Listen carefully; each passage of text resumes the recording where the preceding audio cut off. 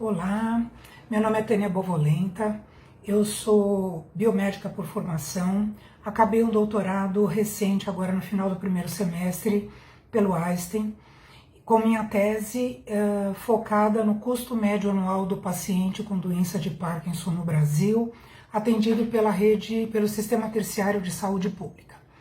Dessa tese, obviamente, gerou o artigo que nós publicamos agora, foi publicado oficialmente nesse final de semana, hoje é dia 6 de novembro, e com o título de custo médio anual da doença de Parkinson em uma população multiétnica brasileira. Esse estudo nosso, ele é pioneiro no Brasil. Até então não havia nenhum artigo, nenhuma pesquisa, nenhum estudo relacionado efetivamente ao custo da doença. No meu mestrado, nós fizemos uma pesquisa piloto relacionada ao mesmo tema, só que focando a cidade de São Paulo. E agora, para o doutorado, nós então estendemos esse mesmo tema para o Brasil, e aí contamos com 10 centros terciários de todas as regiões do país, e inclusive agora a convite do Dr. Rubens Cury, que também faz parte dessa nossa pesquisa, eu estou gravando então esse pequeno vídeo para divulgar o meu trabalho e que possa ser um pouco mais conhecido, e o nosso objetivo na realidade é que novas políticas públicas sejam direcionadas às pessoas com Parkinson no país. Bom, como eu comentei, esse estudo contou com 1.055 participantes de todas as regiões do país. Nós chegamos à conclusão que o valor médio anual, o custo desse paciente foi de R$ 20.800 aproximadamente, o que a princípio por ano, né? Só que esse valor a princípio nos parece até um pouco baixo, digamos assim. Porém, temos que levar em consideração algumas circunstâncias. Primeiro que nessa nossa pesquisa nós fizemos durante a pandemia. Então, muitos custos acreditamos que foram subestimados por conta da situação que o país vivia. Segundo que o salário mínimo pelo qual nós fizemos toda a nossa pesquisa foi de 2019. Nós estamos agora, a coleta foi feita até em 2022. Então isso também deu uma certa diferença nos valores. E terceiro, que nós trabalhamos somente com pessoas que se utilizavam do Sistema Único de Saúde. Esse era um fator de inclusão.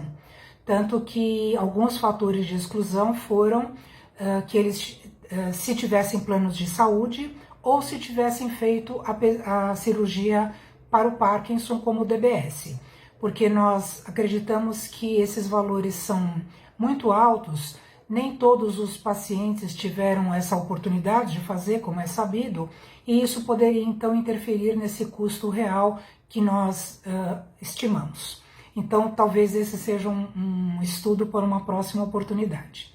Bom, voltando aos custos da doença, nós, como eu comentei, o valor médio anual é de R$ 20.800, a renda familiar do paciente ficou em torno de 4 salários mínimos, e o valor médio recebido pelo próprio paciente ficou em torno de R$ 1.713 mensais. As variáveis que nós estudamos foram relacionadas aos custos diretos médicos, diretos não médicos e indiretos. Dentre esses aí podemos citar os medicamentos, que são, na realidade, o peso maior, as consultas realizadas, as terapias realizadas, os gastos que o paciente teve do seu próprio recurso para manter a sua doença controlada, como transporte ou alimentação para se deslocar até o dia da terapia ou consulta, como reformas em casa para maior comodidade dele, como compra de materiais para sua locomoção, como bengalas, muletas, cadeira de roda, cama hospitalar, eventualmente, e finalmente os gastos extras, como por exemplo fraldas, alimentação especial, sondas, enfim. o que nós concluímos? Que o paciente gasta por mês cerca de 49% do seu rendimento mensal, ou seja, dos R$ 1.700, ele gasta quase 50% para manter a sua doença controlada. Aliás, tem os cuidadores também, que eu acabei esquecendo, que também boa parte dos participantes pagavam cuidadores. E com relação aos custos indiretos, nós temos a antecipação da aposentadoria, visto que muitos pacientes se aposentaram antes da idade prevista por lei. Então isso também causou um ônus para o governo. E também em relação a custos indiretos, selecionamos o valor que os cuidadores, geralmente parentes, deixaram de receber porque pararam de trabalhar para cuidar do seu ente querido. Então esses custos também foram avaliados e então o resumo na realidade é esse do meu trabalho, e então estou convidando a todos aqui para que possam ler, divulgar, e quem sabe aí nós conseguimos chegar de fato no Ministério da Saúde para que nós possamos dar uma maior atenção a esses pacientes que são tão sofridos para manter a sua doença controlada, ok? Eu agradeço a oportunidade, agradeço mais uma vez o Dr. Rubens Cury e estou à disposição para qualquer dúvida ou esclarecimento. Obrigada.